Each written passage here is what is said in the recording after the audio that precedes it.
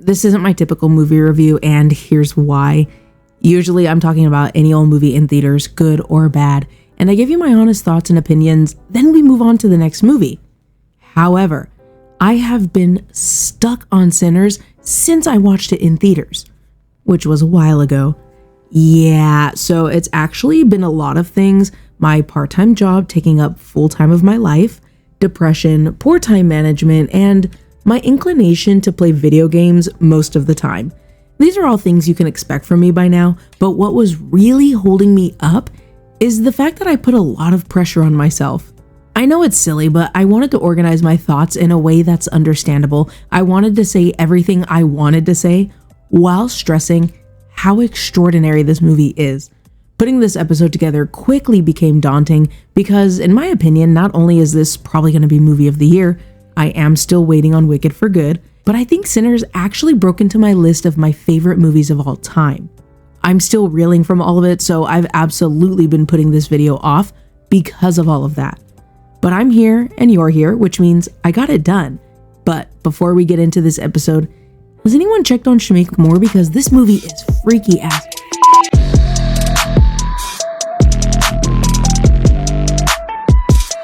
Hello friends, we are speeding through this part of the intro because if you've been here before, then you already know the gist, you already catch my drift, okay? If you're new here, then you picked a hell of an episode to join me because I don't know how coherent this episode is going to be because I am obsessed with this movie.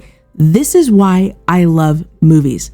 Anyway, hi, if you are hearing my voice for the very first time, welcome, everybody, welcome back. I am happy to have you here. We are zipping right along because I'm going to spend this entire episode trying to put into words how amazing this movie is. And yeah, I'm saying this all up front. This is a phenomenal movie. It may be movie of the year. It maybe is definitely one of my favorite movies of all time.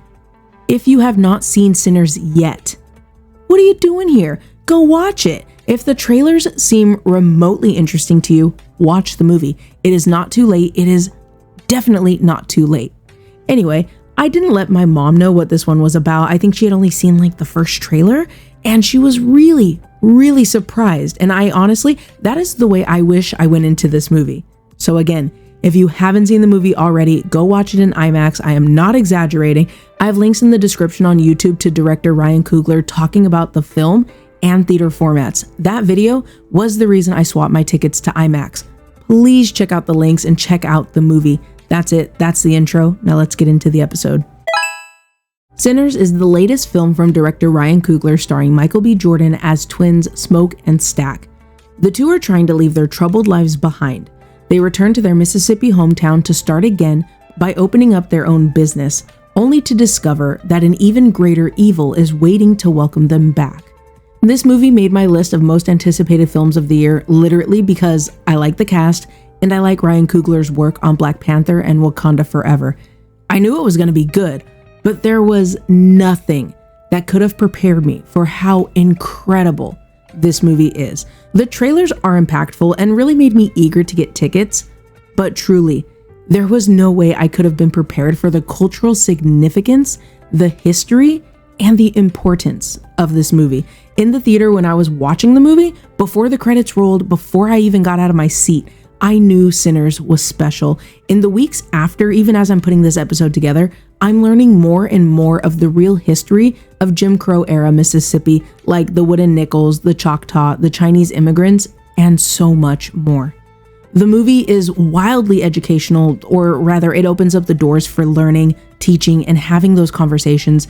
I personally have already spent hours on TikTok, hence all the links in the description on YouTube, and I love learning more about film and backstories, so to get this real life history through the film is spectacular. As always, I want to touch on one of the film's themes, or at least my take on it. I got quite a bit from watching this movie as well as seeing so many people's thoughts online, but the one thing that really got me was freedom. The concept of freedom for Black Americans and Black Americans creating freedom in their own communities. We see this represented beautifully. Honestly, I'm struggling to put into words just how well it was done. Through Club Juke and the relationships between these characters. Sure, on the surface, it was not a good night, but when you take just a second, you realize they were free. And more than that, they were free in a space that was theirs, a space they built for their community. This idea is really elevated by the context, not just of the film itself, but history and current times.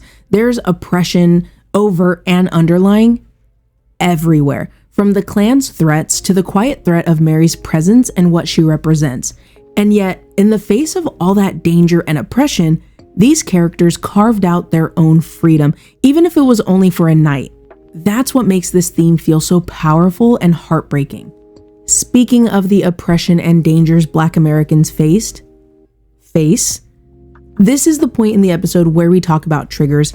I did link the website Does the Dog Die, and it does cover a lot of what I think you can expect from a movie like this, especially the blood and violence, but I want to highlight what I thought was a really good comment that I came across on Reddit.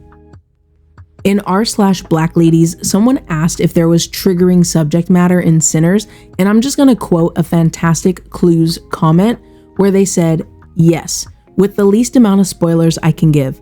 The Klan is a medium-sized part of the plot and several members show up. The robes are seen for a second, but no one wears them, and they don't attack anyone who can't or doesn't fight back and win. No lynching. There is someone dunking a black boy's head underwater, but it's brief, not racially charged, and it doesn't result in death or injury. 2 black men get shot in the leg by another black man for stealing. It's implied that they'll be patched up. There's a short scene in the middle of the film of men in prison wear digging holes overseen by white wardens on horseback while a character talks about how and why they didn't deserve to be there. The main character is a sharecropper, and there's brief scenes at the beginning of him and others picking cotton. There's a white-ish lady and several scenes where there's an underlying threat of people getting attacked by being around her. No one does. Overall, there are many potentially triggering themes of race and trauma. Please do your own research if you feel like you need to, and make sure you're in a good headspace before watching. Now, I know you're wondering, what about this movie works so well? Everything.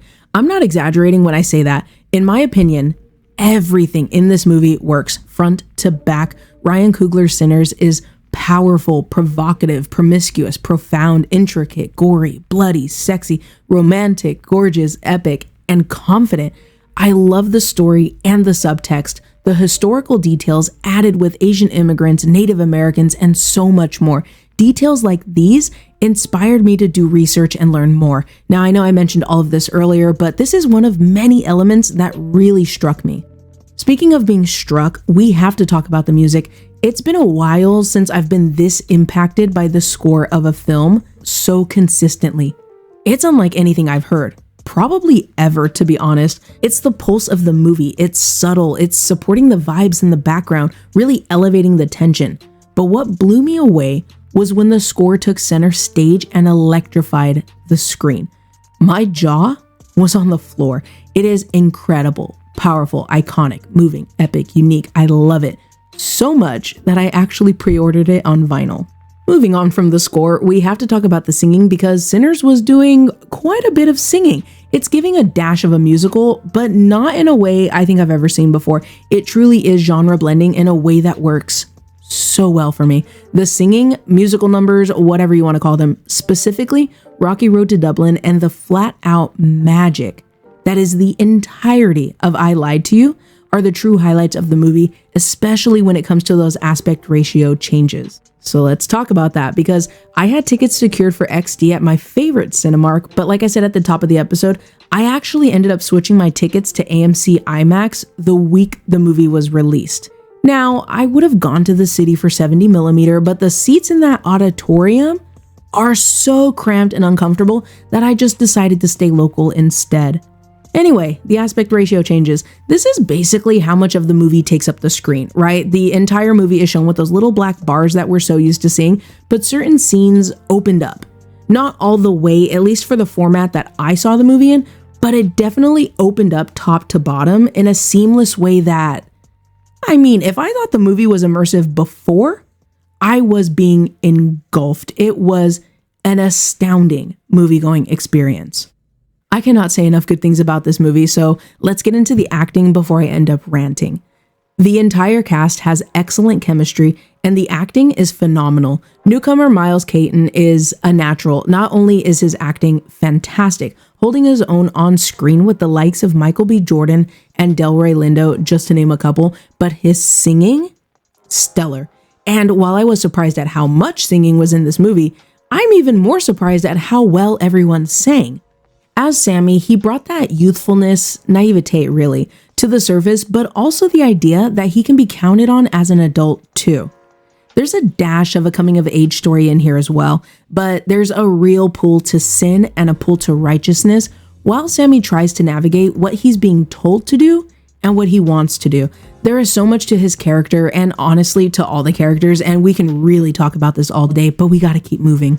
Michael B. Jordan crafts two distinct living and breathing people as Smoke and Stack. In the Monkey review that I posted a few months ago, I mentioned how I love when actors and actresses get the chance to play twins, when they get to play two different characters in the same movie, because we get to see even more range from them. Smoke and Stack stand out in this regard because they have so much screen time, and the amount of screen time they have together while also blending and interacting seamlessly with the scene and each other is impeccable. Wunmi Mosaku as Annie is such a grounded, intuitive, and powerful presence, and I absolutely love her in this movie. I've only seen Wunmi in the MCU, but after seeing her in Sinners, girl, amazing. What I really appreciated is how Annie isn't just a bystander in this story. She's knowledgeable of the situation she's in, how her being a hoodoo healer practitioner, how that informs her character, and how she moves through the story. Wunmi brings all of that depth to life with such conviction and heart. And can I just say, I especially loved the way the film explores the layers of her romance and the history behind it. It's so rich and so beautifully done. Now, I can't move on from talking about Wunmi without mentioning how I love seeing a full-figure woman as a love interest. We really shouldn't have to point this out, but considering how scarce it is, we have to talk about it for a second.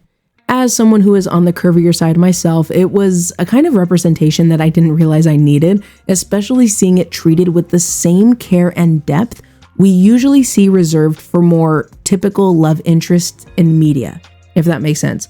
What I'm trying to say is that Annie's love story, her romance, was given the same tenderness, complexity, and depth as any other, and that genuinely caught me off guard.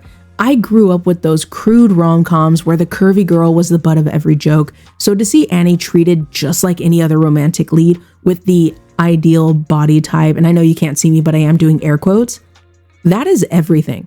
The film didn't make it a punchline or a spectacle, it was just normal. Because it is normal. And honestly, that kind of casual, unspoken representation hit me in a way I was not prepared for, and I really hope we see more of that moving forward. Okay, so I know we hovered on Wunmi for a while there, but I want to talk about a few more cast members really quickly before we move on. Omar Miller and Delroy Lindo have some meaningful, hilarious, and standout moments as Cornbread and Delta Slim, respectively. Jack O'Connell is another standout. Everyone just stands out. But as Remick, there's a charisma and air about him that makes you comfortable, but it's very clear that he's a threat. Jack effortlessly brings both to the surface as a character that is alarmingly easy to understand, and it's easy to understand how he identifies with the other characters. Finally, Miss Haley Steinfeld as Mary, a white passing woman who grapples with identity as well as the societal pressures that come with it. She wants to live freely with who she loves, and I think Haley communicates this desire so clearly. Very clearly. Okay, so we're gonna get into one of the criticisms that I saw come up a lot because, one, I love this movie, and to be perfectly honest with you guys, I was just gonna skip this section, and two, I can actually see where people are coming from with this. So let's talk about it, and I'll share my thoughts. Sinners is rich and densely packed with a lot to say. Now that doesn't sound bad, right? In this case, I saw a lot of people that thought it was doing too much. From the history, to the musical-esque numbers, to the blood and gore, to the coming-of-age story, to the oppression, to the romance. It was just a lot for some people. Personally, if I may, yeah, it is a lot. But it's put together so thoughtfully and respectfully and in a way that is engrossing and captivating. It doesn't feel like the movie is overstuffed, because it all feels natural to the story and the world that Ryan Coogler created. Again, I can see how it feels like there's a lot going on. There is a lot going on, but because everything was done so well from the dialogue to the setup to the execution, obviously, I think everything came together perfectly. Now, if you go into this movie expecting standard gore and shootouts, you'll get that. But Sinners is so much more rewarding when you engage with it, when you listen and learn from it. I think that's a really huge part of what makes this movie so important. So, is Sinners worth 2 hours and 17 minutes of your time? I know you know what I'm going to say, but I'm going to say it anyway. Not only is Sinners worth much more than 2 hours and 17 minutes of your time, but Sinners is the best movie of the year so far. To be real with you guys, nothing I have seen so far this year even comes close. This is the kind of unique, confident, and original filmmaking that reminds you why we go to the movies in the first place. It's smart and challenging. It's made by somebody who has something to say. If you're expecting just another trip to the theater, you're wrong. Sinners is breathtaking. It's genre-defying. It's emotionally immersive. It's striking. I saw someone on TikTok and I completely forgot who it was. I might have actually linked their video in the YouTube description, but they said that every single element of this film is operating at a level that I was not prepared for. And I cannot agree with that sentiment more.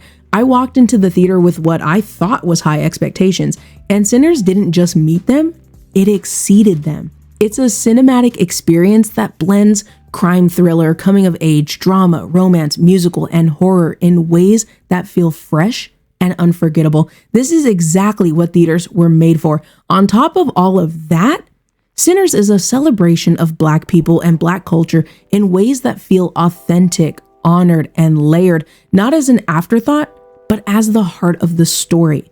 At the top of the episode, I mentioned how I kept putting this review off and putting it off and putting it off and putting it off. And then finally, I locked in to share my thoughts with you guys. I was feeling bad because it's been so long, but it turns out my timing isn't completely horrible. If you haven't seen the movie yet, especially if you haven't, this is your chance to catch it in 70mm IMAX. Sinners is getting a limited re-release from May 15th to the 21st. And while those theaters that show this format are pretty rare, if you can make it to one, I highly recommend you do. And to wrap this up nicely, I will leave you with words from one of my favorite movie TikTokers, Kit Laser, at Movies Are Therapy. If you wait and watch this on your little busted ass crusty laptop, you're gonna regret it. All right, you guys, that brings us to the end of today's episode. If you made it all the way to the end, I seriously appreciate you. Your feedback is always welcome, so please share your thoughts down below in the YouTube comments. And if you are listening on Spotify, swipe up and let me know what you're thinking. Have you seen Sinners yet? If you saw the movie, what did you think about it? This movie absolutely blew me away. I had high expectations because of the cast and director, but nothing could have prepared me for what I experienced. If you saw the movie already, let me know your thoughts in the comments below. If you haven't seen it yet, let me know what you're thinking. Oh, are you worried it's scary? I know I usually talk about this a little earlier in the episode, but Sinners is not scary. If you're more worried about the blood, there is a lot. It's pretty convincing at times, and other times it really is like thick, bright red, gushing. Yeah, it's a lot. So maybe if you're more on the squeamish side, I would skip this one, but I am interested to know what you guys think, so let's get the conversation going. Again, a huge thank you to everyone who has stuck around with me to the end of the video. Last time we talked, I shared my thoughts on A Working Man, and it was a good time. If you missed that one, you can catch it by clicking the link in the top right corner if you're watching on YouTube.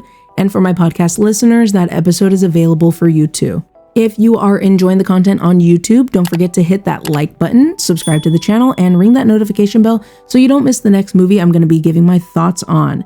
I've fallen a little behind. I've just been super tired, and honestly, I have not been managing my time well. I watched The Accountant 2, Until Dawn, and Thunderbolts.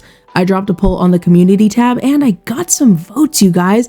So thank you so much to anyone who voted for Thunderbolts. We'll be talking about that one next. And to the person who voted for Until Dawn. I got you. I'll be working on them both soon. So make sure you're subscribed on YouTube and following the podcast so you don't miss out. And hey, if you enjoy On The Go listening, that podcast that I just mentioned, it really is the perfect spot. Plus, I drop podcast exclusive episodes you won't find on YouTube. If you're already hanging out with me there, here, Thank you so much. If you're watching on YouTube, you'll find a link in the description to the podcast, or you can just search for me, A Rocket Review, on Spotify. I am on Blue Sky at A Rocket Review, all one word. I'm there currently talking about Final Destination as I try to watch them all before watching Bloodlines on Friday. If you want to see what that's all about, that's where you can find me. Whether you're watching on YouTube, listening on the podcast, or finding me over on Blue Sky, your support, a thumbs up, subscribe, follow, or comment truly mean so much. I'm still building, growing, and learning, and I'm really grateful to have you here with me along the way. Until next time, spread positivity, and please, please be safe. Take care of yourself, take care of the people around you, take breaks from the news, stay hydrated, don't forget to eat, and a friendly reminder that it is okay to distract yourself. So happy movie watching, and I'll talk to you guys soon. Bye.